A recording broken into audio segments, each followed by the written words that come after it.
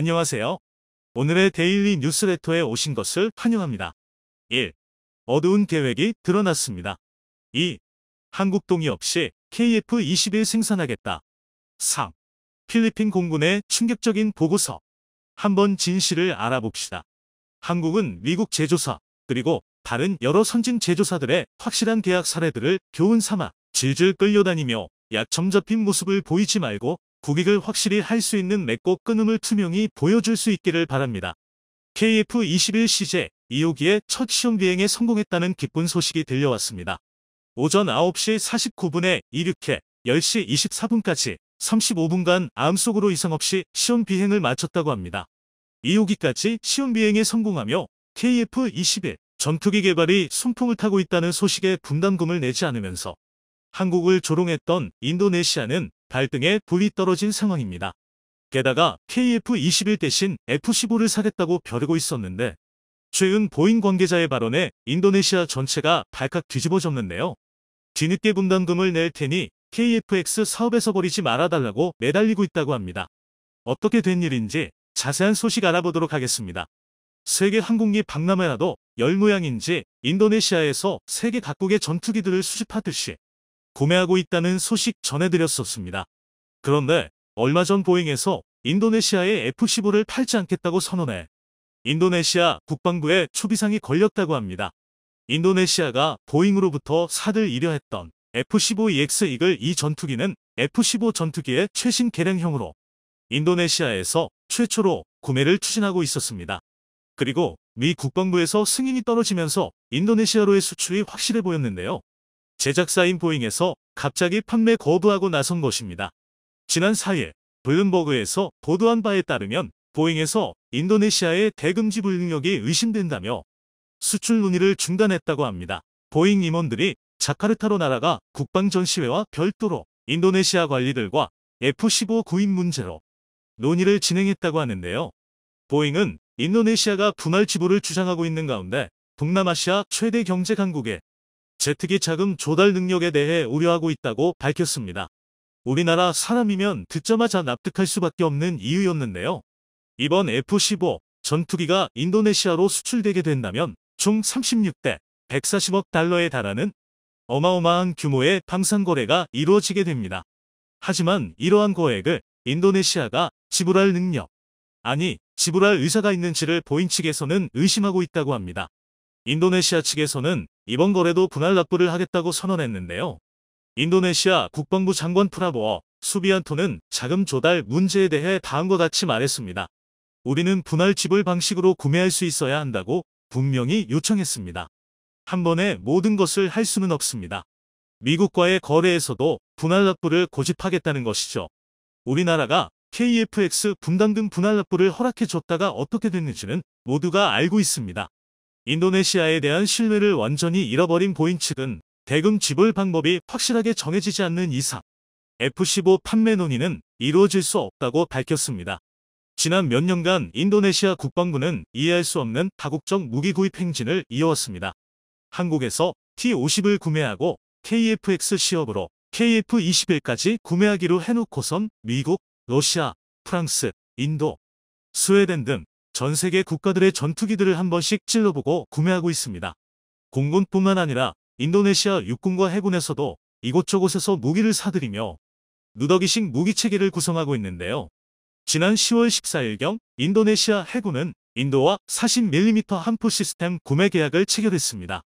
인도가 인도네시아로 무기 시스템을 수출하는 첫 사례로 어떤 함선에 탑재될지는 밝혀지지 않았다고 합니다. 게다가 터키 미사일 제작사인 로켓산과 칸탄도 미사일 시스템과 방공 미사일 시스템 계약을 체결했다는 소식도 들려왔습니다.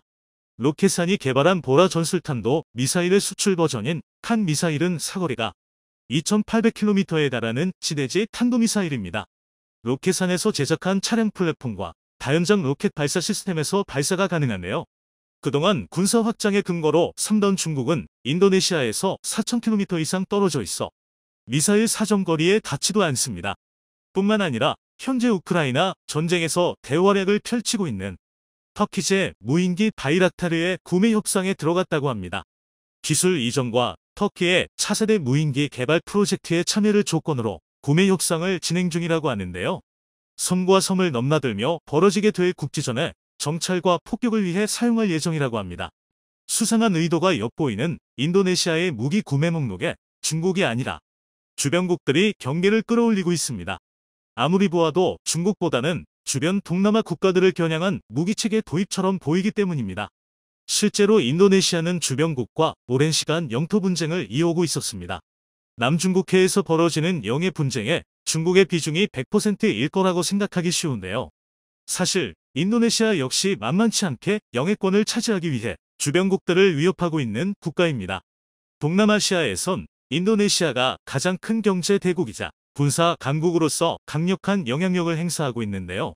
말레이시아, 필리핀, 베트남 등 주변국들과 영토 문제로 빈번하게 다투고 있으며 무력 시위를 벌이는 경우도 허다했습니다.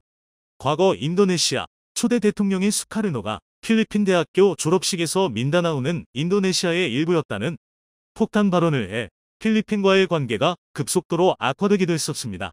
민다나오는 필리핀 영토의 절반 가까이 차지하는 큰 섬인데요. 우리나라로 치면 일본 총리가 인나일본 부서를 공식 석상에서 발언한 것이나 다름없는 사건으로 현 정부는 이러한 기조를 그대로 계승해 다른 동남아 국가들의 몇몇 섬들을 인도네시아가 잃어버린 영토로 보고 있다고 합니다. 인도네시아와 가장 사이가 좋지 못한 말레이시아와는 오래전부터 국경선을 두고 다투며 군사적 충돌까지 감행했었습니다. 그 외에도 영토 분쟁을 벌이고 있는 지역에 전투기를 출격시키는 등 일촉즉발의 대치가 이루어지기도 했었습니다. 뿐만 아니라 베트남과도 영해권 분쟁을 이어가는 등 거의 모든 주변국들과 영토를 두고 다투고 있습니다. 그런데 인도네시아가 이렇게 중국 못지않게 영토 확장에 집착하는 이유가 무엇일까요? 인도네시아는 2억 7천만 명에 달하는 세계에서 네 번째로 인구가 많은 나라이자 세계 최대의 섬나라입니다. 과거 1900년에서 2000년까지 인구가 무려 1억 명이나 늘어나는 소위 인구 폭발이 일어났었는데요. 이에 대한 부작용으로 속이 골마가고 있는 상황입니다. 인도네시아 인구의 80%가 섬 하나에 몰려있을 뿐만 아니라 수도 자카르타는 무리한 도시 확장으로 환경오염이 심각한데 지방 침하까지 이루어지고 있어 긴급하게 수도 이전이 진행되고 있습니다. 이 수도 이전 계획의 비용만 327억 달러에 달하고 기존 수도인 자카르타를 완전 버릴 수도 없기에 지방 침하를 막기 위해 400억 달러의 예산이 배정되었다고 하는데요.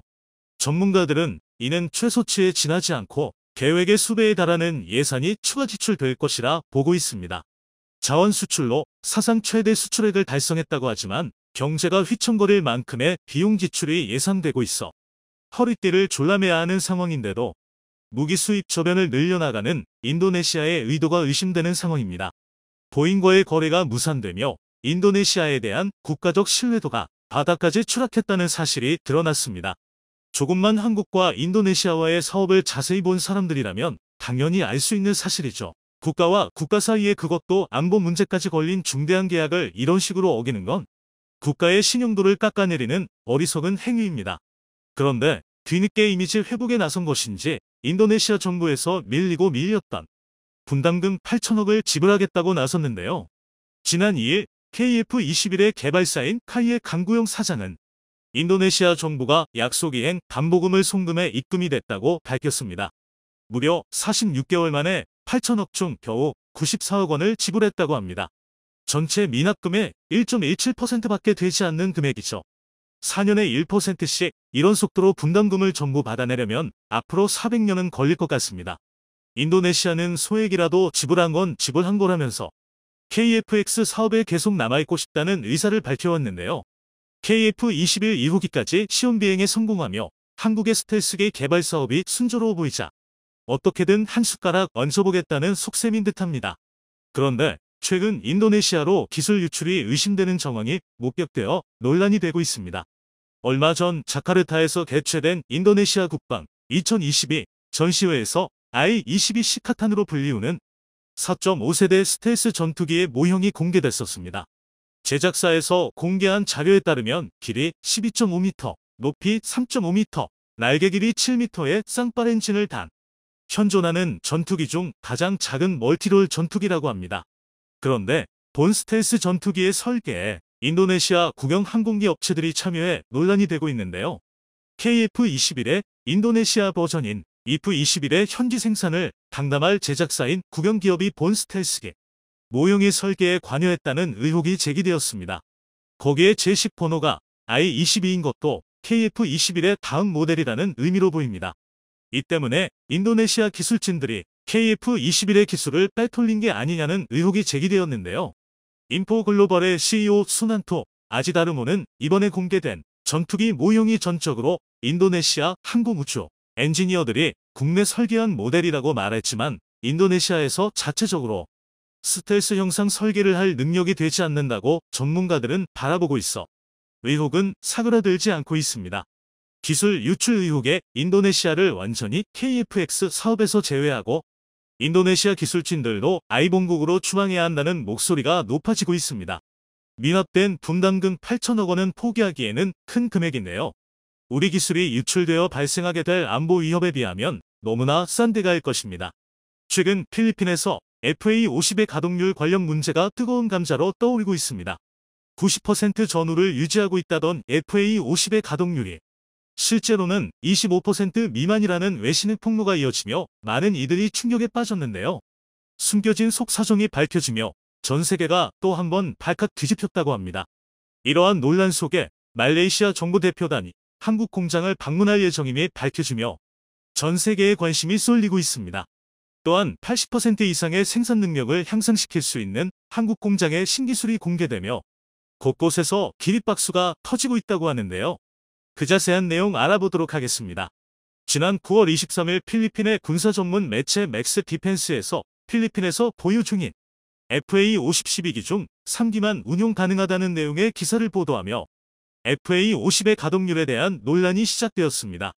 이어서 또 다른 필리핀 언론과 이탈리아 언론이 해당 기사를 확산시키며 그 논란이 일파만파 커졌는데요. 이탈리아는 M346을 만드는 국가로 FA-50 이슈화에 적극적입니다. 이탈리아의 저널리스트 스테파노 디르소는 지난 9월 30일 해당 내용에 관한 후속 기사를 보도했습니다. 예비 부품 공급망의 지연으로 인해 현재 12대의 항공기 중 3대만이 운영될 수 있다며 그 상세한 내용을 전했는데요. 제대로 된 사실 확인 없이 필리핀 측의 일방적인 주장만을 전하고 있어 한국으로서는 난감할 수밖에 없습니다. 그는 필리핀 공군을 통해 일부 FA-50PH 제트기가 현재 작동하지 않고 있으며 예정된 필수 유지 보수를 받고 있음을 확인했다고 밝혔습니다. 문제가 발생한 항공기의 정확한 숫자가 확인되지는 않았지만 공급망에 지연이 있음을 확인했다고 전했는데요. 한국산 항공기의 모든 사용자에게 영향을 미치는 예비 부품 공급망의 지연으로 인해 12대의 항공기 중 3대만 운영될 수 있다는 보고서가 나온 후에 확인된 사실이라며 그 문제의 원인을 한국 탓으로 돌렸습니다.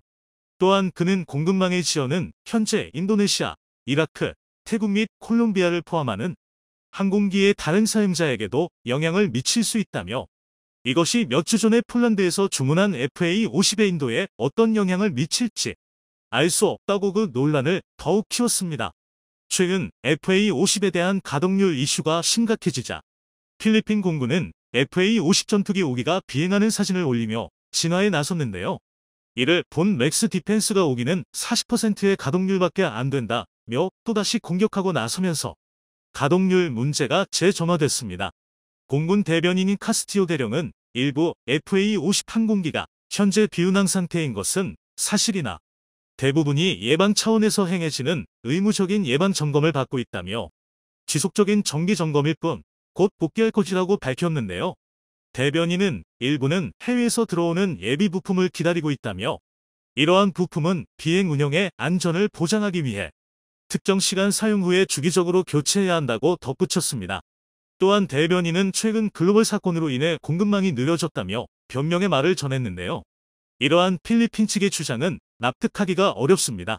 코로나19로 인한 글로벌 공급망 문제에도 불구하고 한국에서 운용 중인 FA-50은 여전히 90%대 전후의 가동률을 유지하고 있기 때문이죠. 역시나 자세한 내막을 살펴보니 필리핀 측에서 정비 미숙으로 정비 부품 조달을 늦게 받아 벌어진 일이었음이 밝혀졌습니다. 필리핀 정부의 늦은 의사결정과 예비 부품의 추가 주문에 관한 예산 집행의 차질 등 복합적인 문제가 얽혀 이번 가동력 저하 사태를 가져왔던 것이죠. 이번 이슈는 상대국의 잘못에 의한 해프닝으로 잘 넘어가긴 했으나 앞으로도 상대국의 문제로 인한 비슷한 문제가 얼마든지 다시 발생할 수 있습니다. 만일의 사태를 대비하기 위해 카이에서도 적절한 대비책을 세우는 것이 필요할 것입니다. 해외에 판매된 FA50의 운용 실태를 주기적으로 모니터링하고 정비 및 부품 수급에 대한 선제 대응이 가능하도록 컨설팅을 지원한다면 이와 같은 사태를 막을 수 있을 것으로 보이는데요. K9 자주포의 판매사인 한화의 경우 매년 K9 자주포를 구매한 클라이언트를 모아 세미나를 통해 정보 교류를 진행하고 있는데 이러한 방법도 참고하면 좋을 것 같습니다. 이와 같은 논란 중에 FA50의 말레이시아 수출이 임박했으며 11월 중 한국 공장 실사에 나설 예정이라는 소식이 전해지며 전 세계에 이목이 쏠리고 있습니다. 최근 말레이시아의 군사 전문 매체인 디펜스 시큐리티 아시아는 말레이시아 정부 관계자의 말을 인용해 정부 대표단이 오는 11월 한국을 찾아 FA50의 제조사인 한국항공우주산업 카이 공장을 방문할 것이라고 전했습니다. 말레이시아 경전투기 사업에 대한 전투기 선정이 마지막 평가 단계에 들어간 가운데 말레이시아 정부가 평가 기종 중 유일하게 FA50에 대한 실사평가를 시행하기로 결정한 것인데요. 또한 매체는 말레이시아 정부가 카이 이외의 경쟁업체 생산시설에 대해서는 실사를 고려하지 않고 있다고 덧붙이며 그만큼 FA50을 도입할 가능성이 상당히 큰 것으로 예상했습니다. 또 다른 현지 언론은 지난 DX 코리아 2022에서 미국이 FA50의 이사 레이더와 암남 통합을 승인했다는 내용을 보도했는데 그로 인해 말레이시아 정부가 한국의 FA50을 선택할 가능성은 더욱 커졌습니다. 지난 폴란드와의 계약 역시 미국 측의 승인으로 인해 본계약이 이루어질 수 있었는데요. 그 과정에서 폴란드 측에서 개발비를 부담하게 되었습니다. 결국 말레이시아는 FA50 블록 20을 구매하기 위해 기다린 결과 별도의 개발비 지출 없이 가능한 예산 범위 내에서 최신형 FA50을 구매할 수 있는 행운을 얻게 되었습니다. 말레이시아 정부는 카이와 가격 협상에 합의한 뒤 오는 11월 중순 무렵 한국에 실사단을 파견하여 도입 절차를 마무리할 계획입니다. 한 업계 관계자에 따르면 말레이시아 정부 대표는 한국을 방문하여 FA50 경전투기에 대한 기체 검사 등 물리적인 평가를 수행한 뒤 카이의 생산시설을 방문할 예정이라고 합니다. 이 외에 다양한 정보는 추후 보다 자세히 공유할 계획임을 밝혔는데요. 카이는 FA50 경전투기의 생존성을 입증하기 위해 미국산 전투기를 가상의 적기로 사용하여 합동 교전 능력을 선보일 것으로 예상되고 있습니다. 이는 기존의 폴란드가 FA50 실사 평가 시 높이 평가했던 부분으로 말레이시아의 마음 역시 사로잡을 수 있을 것으로 기대되고 있습니다. 현지에서는 한국이 말레이시아에 수출할 경전투기로 최신 개량형인 FA50 블록 20을 예상하고 있으며 최신 이사 레이더가 탑재될 것으로 보입니다. 말레이시아 공군은 이번 사업을 통해 1차, 2차에 걸쳐 18기씩 총 36기의 FA50을 구입할 전망인데요. 계약이 성사될 경우 FA50 블록 20은 폴란드 도입 예정인 48기를 포함하여 총 84기의 판매를 확보할 수 있게 됩니다. 그 가운데 제작 기간을 80%나 단축해 생산 능력을 향상시킬 수 있는 카이의 신기술이 공개되면서 곳곳에서 기립박수가 터지고 있다고 합니다. 전투기는 다른 무기들보다도 첨단 장비가 대거 탑재되는 복잡한 병기입니다. 제작 과정에서 발생하는 아주 작은 오류 하나로도 현장에서 장비의 오작동이 일어나거나 심지어 대형 인명사고로 이어지는 등 위험이 큰 만큼 상당한 관심과 집중이 필요한데요. 최근 한국이 제작 과정에서 인간보다 더 정교하고 정확하게 작업할 수 있는 로봇을 도입하면서 전 세계를 놀라게 했습니다. 로봇을 이용한 자동화를 통해 정교함과 많은 시간이 필요한 작업을 정확하고 빠르게 해낼 수 있게 되었는데요. 이러한 자동화 공정은 세계 항공기 시장에서 가장 높은 고지에 있는 미국의 록히드 마틴 역시 갖추지 못한 신기술이라고 합니다. 특히나 여기에 사용된 세계 최고 수준의 대형 로봇 드릴링 시스템과 자동화 장비가 모든 국내에서 개발된 것으로 밝혀져 더욱 이목을 끌었는데요. 하지만 기계가 담당하게 된 부분은 후반부 조립과 드릴링 작업 정도로 여전히 제작 과정의 90% 가까운 작업에는 사람의 손길이 필요하긴 합니다. 대신 로봇의 팔을 통한 드릴링으로 사람이 직접 작업할 경우 154초가 걸리는 작업을 25초로 대폭 단축했습니다. 또한 후반 최종 조립 과정 역시 자동화 시스템을 통해 0.001인치의 오차 범위로 조립할 수 있게 되었으며 작업시간 역시 80% 가까이 단축할 수 있었습니다. 이러한 작업시간 단축은 곧 생산성 증대로 이어져 쏟아지는 수출 물량을 감당하는 데 큰 기여를 할 수 있을 것으로 기대되고 있습니다. 자동화 생산 시스템은 현재 많은 수출 건이 진행 중인 FA50뿐만 아니라 KF21 제작에도 역시 적용될 예정인데요. 생산 시간을 감량함으로써 내수용과 수출용 기체의 생산량을 모두 감당할 수 있게 된 것입니다. 그동안 많은 네티즌들이 넘치는 주문 물량에 기쁨을 표하면서도 한편으론 우리가 부족하면 안 된다며 수출 기체를 위해 공군에 넘길 기체 수가 부족해질 것을 우려해왔습니다. 한 네티즌은 공군 수주 먼저 맞춘 뒤에 수출권으로 넘어가자는 반응을 보이기도 했는데요. 네티즌들은 이번 카이의 신기술 개발로 인해 큰 걱정을 덜게 되었다며 기뻐했습니다. 현재 카이는 콜롬비아, 이집트 등 세계 여러 국가에 FA50의 수출을 추진하고 있습니다. 지난 6월에는 미국 록시드 마틴과 협약을 맺고 글로벌 마케팅도 진행 중인데요. 2024에서 2025년 중 미국의 공군 및 해군 전술훈련기 사업에도 참여한다는 계획을 밝혔습니다. 또한 현재 여러 나라에서 구매 의사를 밝히고 있는데요. 강고영 카이 사장은 폴란드 현지 매체와의 인터뷰에서 폴란드와 FA50 사업이 끝나면 KF21 전투기 도입 프로그램을 협력할 수 있을 것이라고 말하며 폴란드에 전투기를 추가 판매할 가능성이 있다는 반가운 소식을 전했습니다. 이렇게 FA50의 구매는 빠른 속도로 진행되며 KF21 판매로 이어지는 등 그 규모가 점점 커지고 있습니다. 한국 방산의 입지가 그만큼 더 굳건해지고 있는데요. 지금까지 해온 것처럼 현실에 안주하지 않고 계속해서 개발에 도전하는 자세로 앞으로 더욱 승승장구하기를 바랍니다. 영상이 도움이 되셨다면 구독과 좋아요 부탁드리며 오늘도 감사합니다. 최고로 멋진 하루 보내시길 바랄게요.